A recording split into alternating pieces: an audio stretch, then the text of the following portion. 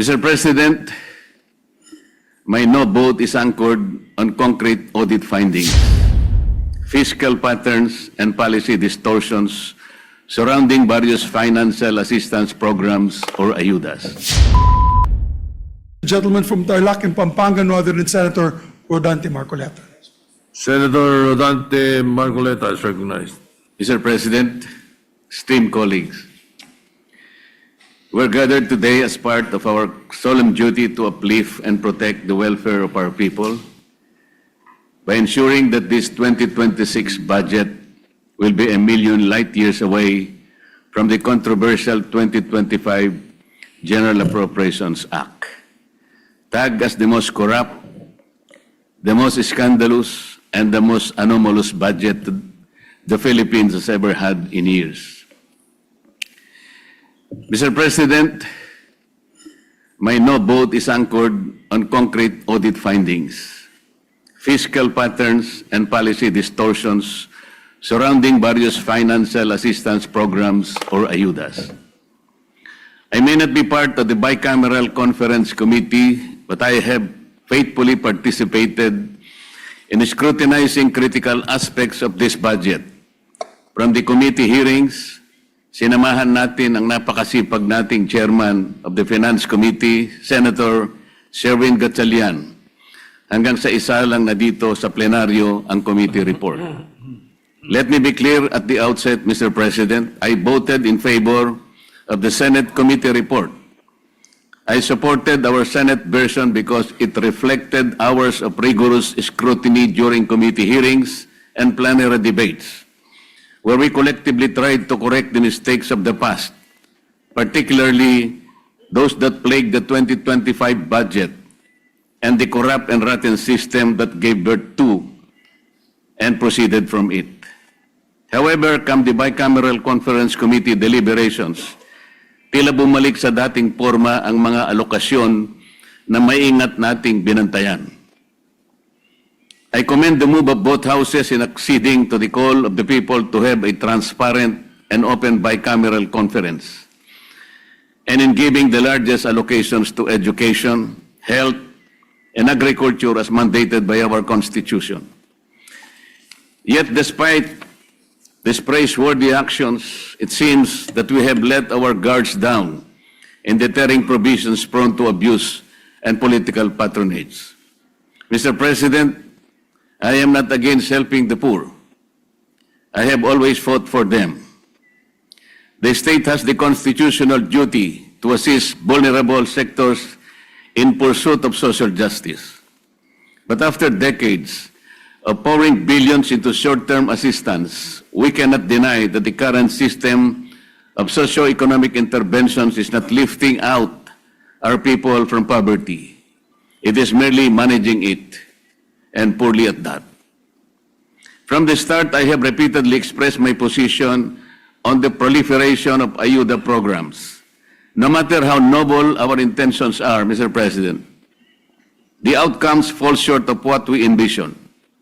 After years of pouring billions into short-term assistance, the hard truth remains. The lives of our people are not improving. Worse, the number of Filipino families who consider themselves poor continue to rise. The data are unmistakable, Mr. President. The September 2025 Social Weather Station survey revealed that 50%, or at least 14.2 million Filipino families, consider themselves poor, 1% higher than the 49% previously recorded just 3 months earlier. In 2024, the annual average for self-rated poor families stood at 57%, while both 2023 and 2022, the average was 48%. Even more alarming, as of November 5, 2025, about 22% of Filipino families experience involuntary hunger, going hungry with nothing to eat, at least once in the past 3 months, the highest level recorded since 1998 outside the pandemic. Mr. President, these are not abstract statistics. These are lived realities. And they beg the question, if ayuda is working, why are more Filipinos continue to be hungry and poor today? AIX, MAIFIF, TUPAD, samutsari na ang naimbentong dagdag na listahan ng mga ayuda. Iba't ibang termino rin ang nagagamit. Ngunit patuloy lamang itong naabuso at nagagamit pang politika. At hindi ito haka-haka lamang, Mr. President. Ang Commission on Audit na mismo ang nagsabi, noong 2024 COA Audit Report, binatikos ang 4.157 milyong AIX disbursements na inilabas kahit kulang ang mga dokumento. Ilang DSWD field officers din ang nag-ulat ng mababang utilization rates, non-compliance sa payment schedules at weak validation ng mga beneficiaries, creating serious risks of overestimated targets and improperly screened recipients. COA further reported a duplication between AIX and ACAP, allowing multiple availments by the same beneficiaries, assistance granted to above minimum wage earners and college students, repeated assistance within short periods from different offices, and the non-implementation of 168 out of 288 prior audit recommendations. Yet here we are again. The Bicameral Conference Committee has finished off with the greater budget for the ayuda programs, including an additional 4.8 billion for AIX, bringing the total to 63.9 billion. A total of 22.44 billion for TUPAD, after the Senate has deliberately reduced it to 13.08 billion, or third reading from the House proposal of 21.03 billion. The revival of MAIFIF at 56.6 billion, despite the Senate's earlier attempt to shift to zero balance billing to curb politically mediated medical assistance and push genuine universal healthcare reform. And the insertion of 10 billion for the presidential assistance to farmers and fisherfolk, despite its deliberate removal under the Senate committee report. These four ayuda reforms or programs alone, now totaling 147.9 billion, are just among the many other discretionary assistance programs. The same pattern emerges in the restoration of unprogrammed appropriations. After initial assurances that these standby funds would be scaled back, the bicameral committee reversed its course and restored unprogrammed appropriations to 243.4 billion, even higher than the House-approved level, as far above the Senate's reduced version of 174.55 billion. This is recklessness. Mr. President, when we place massive increases in ayuda and standby funds side by side, a troubling picture emerges. We are expanding both the soft channels of political patronage and the fiscal backdoors that allow them to be financed, all while claiming to pursue reform and discipline. This is impunity. Mr. President, other countries show us that assistance can be productive and empowering. Vietnam, for example, focuses on livelihood-enabling support, such as boats and fuel subsidies for fisherfolk, rather than endless cash handouts that foster dependency. Yet, in this bicameral report, we doubled down on program funds and lump sum assistance instead of redirecting resources toward long-term solutions for food security, jobs, education, and healthcare systems. The Philippines can take it a notch higher by enhancing the implementation of our electricity lifeline rate.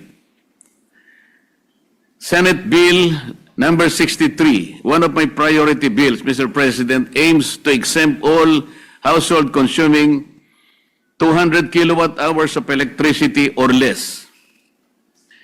A median of about 1,750 pesos for 5.5 households will only cost the government an estimated 115 billion pesos per year.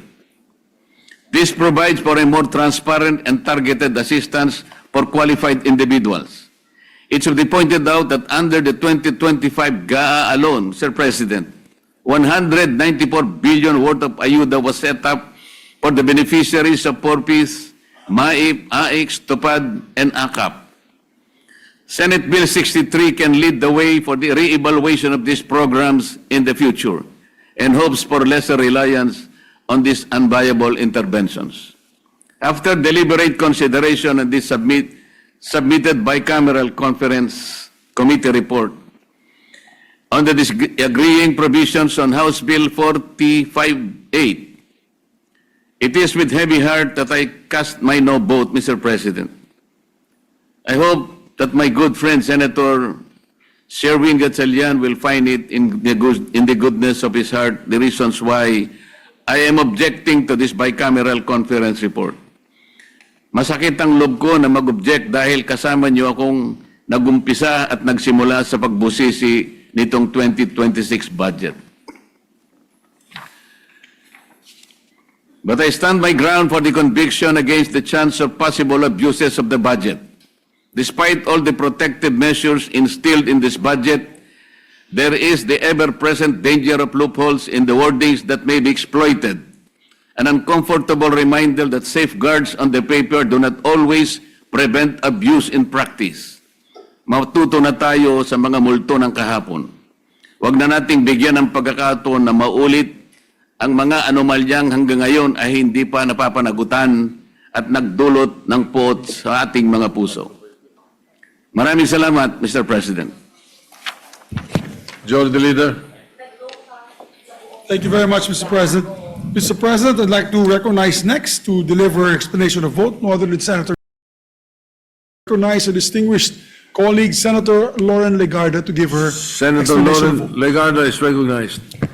Thank you, Mr. President. At the outset, allow me to thank and to congratulate our chair, Senator Sherwin Gatchalian, for his thoroughness, for being calm throughout all the sleepless days and nights, aside from being bright, of course, and being very patient with all of us on both camps, whether it's a House of Representatives or the Senate, and even with the staff. For that, we're very, very grateful. And allow me to say that even if I was a chair for 5 years, I learned so much from Senator Sherwin Gatchalian.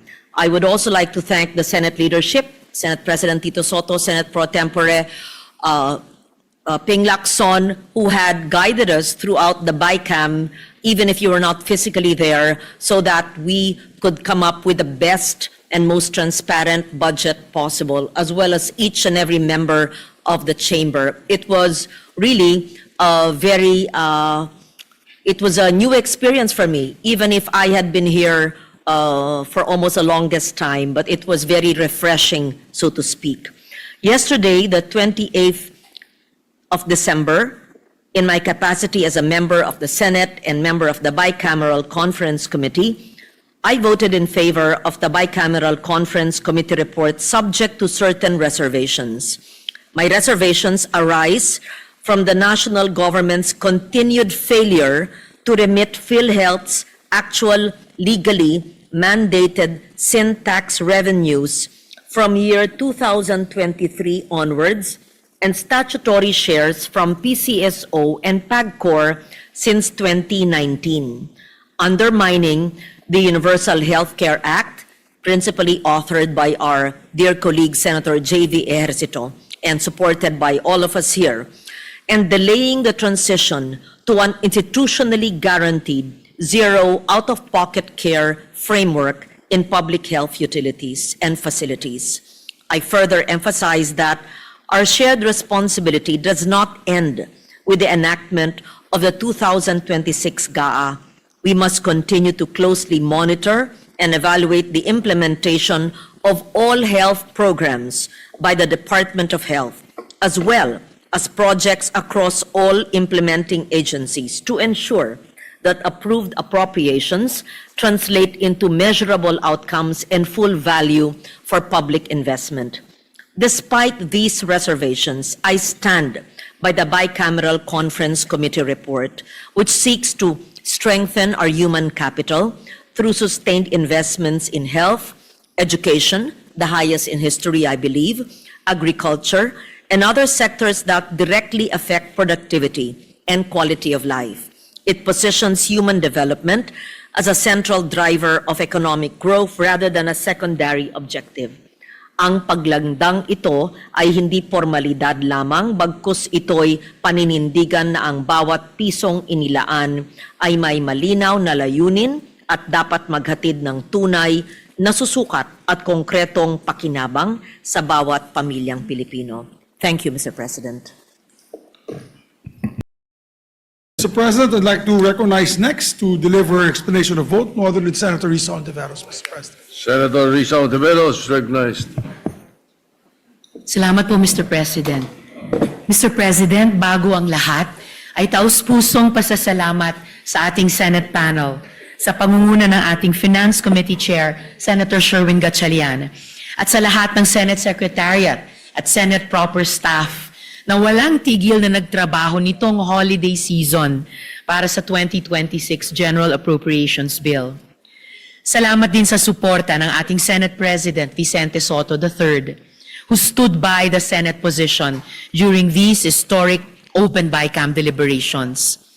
Mr. President, dear colleagues, my vote is yes for the BICAM version of the 2026 national budget, even as I have serious reservations about unprogrammed appropriations and other issues.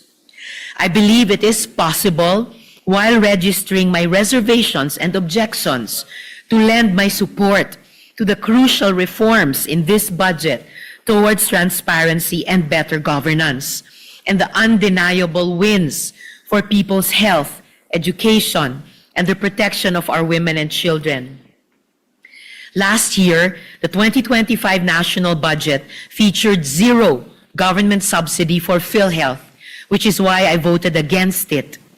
The 2026 budget will begin to correct that by allocating 129.76 billion pesos to PhilHealth next year, including the 60 billion pesos wrongfully taken from PhilHealth in 2024. At sa tulong ni na Senators Sherwin Gatchalian, Loren Legarda at Pia Cayetano, naipanalo natin ang 16.5 billion pesos dagdag pondo sa serbisyo ng PhilHealth mula sa savings ng DPWH. No to bloated costs sa infra projects, lalo na sa flood control. Nagpapasalamat din tayo na isinama sa BICAM version na nagdagdag ng 1 billion pesos para sa zero balance billing ng LGU hospitals sa bawat sulok ng bansa. Dahil dito, mas maraming mga kababayan natin ang makakatanggap ng tulong mula sa mga LGU hospitals natin. The 2026 budget also features an historic budget for education, including the 6.2 billion peso increase for SUCs, which we pushed in the Senate to allow more young Filipinos to enroll in our colleges and universities.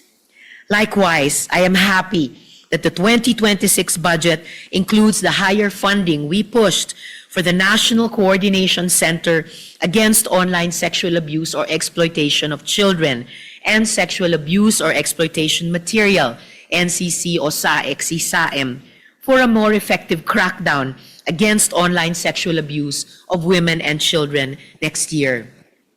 Masaya din na aprobado sa BICAM ang 1 billion pesos na pondo para sa Project NOAA. Hindi man lumusot ang ating panukalang pondo sa proteksyon ng Sierra Madre, aprobado ang 565 million pesos para sa greening program and mangrove reforestation.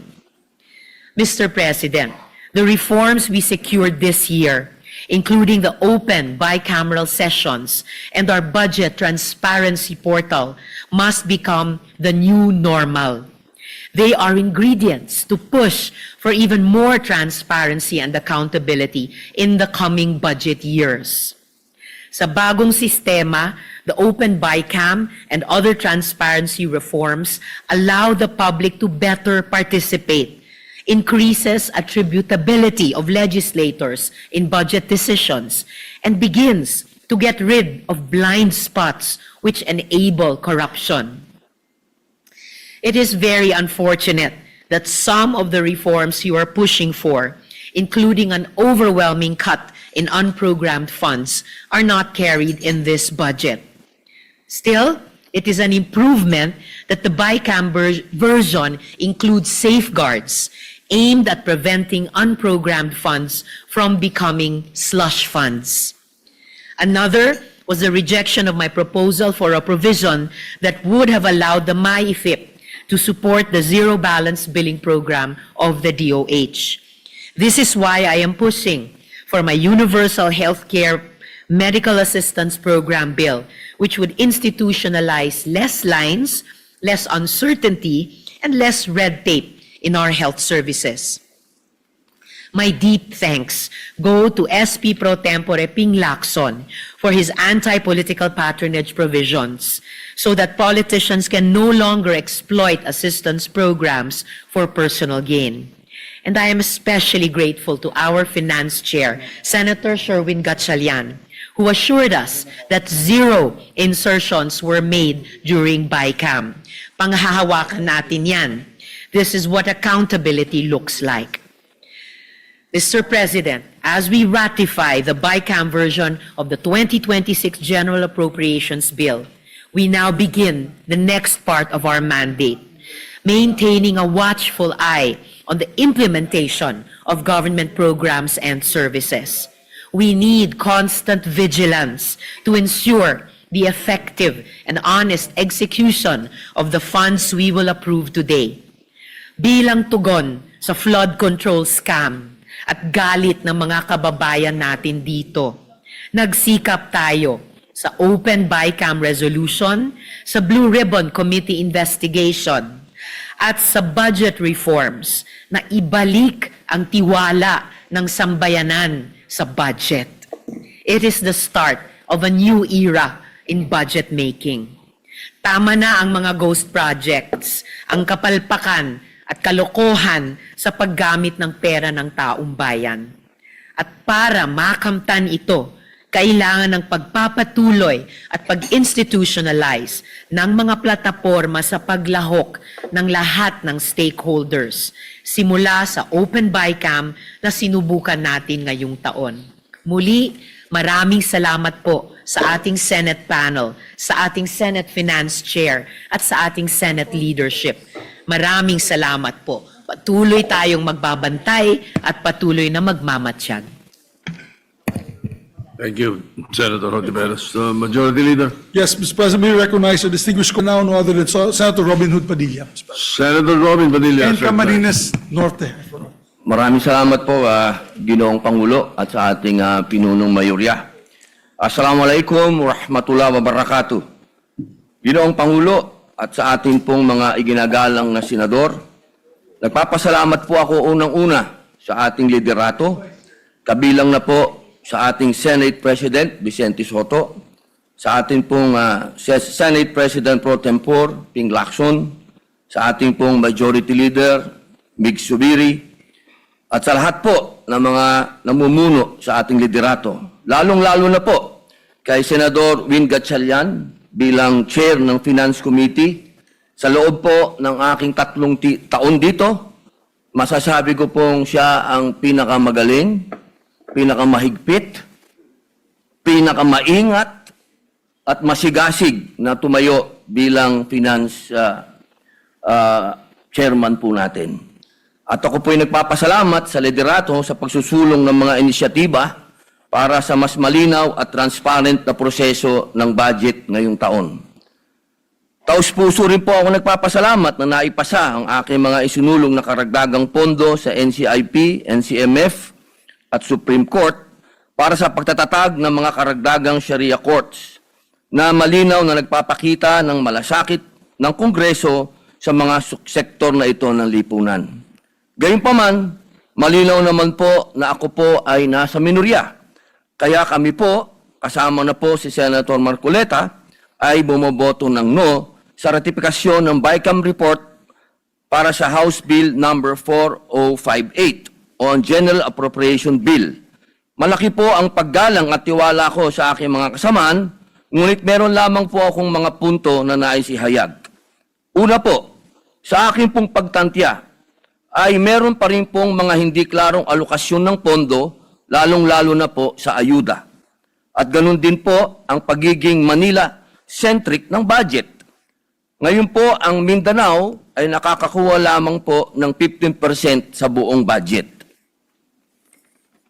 Ikalawa, bagamat naipanalo po natin sa Senado ang kapakanan ng mga katutubo, ako po'y naniniwala na kulang pa rin ang pondo para sa sektor ng mga katutubong pamayanan na lagi pong pinagmumulan ng kaguluhan, ng rebelyon at terorismo. At panghuli, nitong nakaraang Pasko, Petsa 23, lumabas po ang aligasyon na di umano'y nagkaroon ng insertion ang lahat ng mga senador sa 2025 National Expenditure Program. Ang isyong ito ay naging sentro ng malawakang talakayan at nagdulot ng kawalan ng tiwala ng publiko. Dapat po nating linawin na alinsunod sa ating konstitusyon, ang proseso ng budget ay nagsisimula sa executive. Ang paghahanda ng budget o ang National Expenditure Program, na kilala rin bilang President's Budget, ay kapangyarihan ng Pangulo na ipinagkaloob ng saligang batas. Ang tungkulin at kapangyarihan ng Kongreso na binubuo ng Kamara at Senado sa paggawa ng batas para sa budget ay nagsisimula lamang matapos isubmit ng Pangulo o ng Executive ang NEP sa Kongreso, kasunod ng kanyang State of the Nation Address.